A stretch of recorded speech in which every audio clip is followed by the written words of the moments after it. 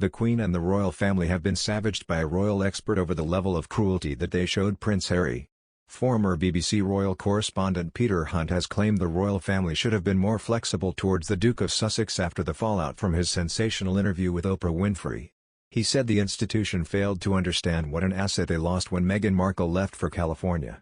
Speaking to the Irish Times, Mr. Hunt believes the royal family could have done more to accommodate Prince Harry and his wife Meghan Markle. He said, Meghan was able to give a speech in South Africa about being a woman of color who entered an institution that, to survive and prosper, needs to continue being the head of state in several other realms which are Commonwealth countries, and it failed to do enough to keep her within the institution. I mean, it's an institution that adjusts and makes things up as it goes along. There's a flag up, there's a flag down.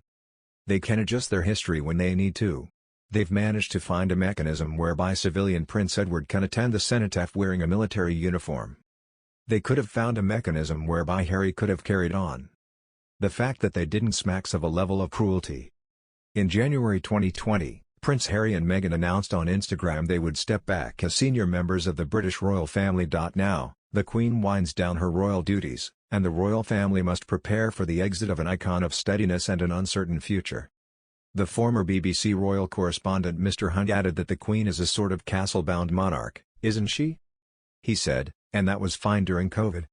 She rather skillfully mastered the art of being a sort of Zoom queen. But that is harder to maintain as we come out of COVID.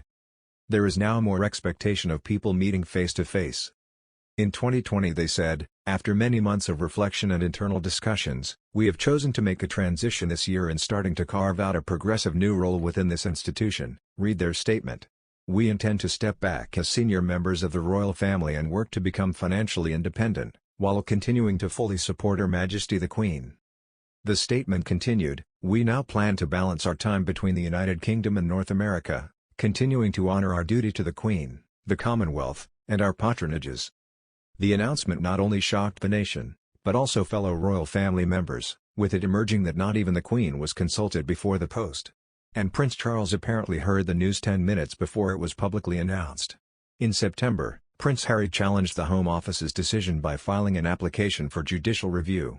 In his application, Prince Harry cited an incident where paparazzi chased him as he left a charity event in London in July 2021. The goal for Prince Harry has been simple, to ensure the safety of himself and his family while in the UK so his children can know his home country, the statement from the Sussex's representative said. He remains willing to cover cost of security, as not to impose on the British taxpayer. The UK will always be Prince Harry's home and a country he wants his wife and children to be safe in. With a lack of police protection, comes too great a personal risk.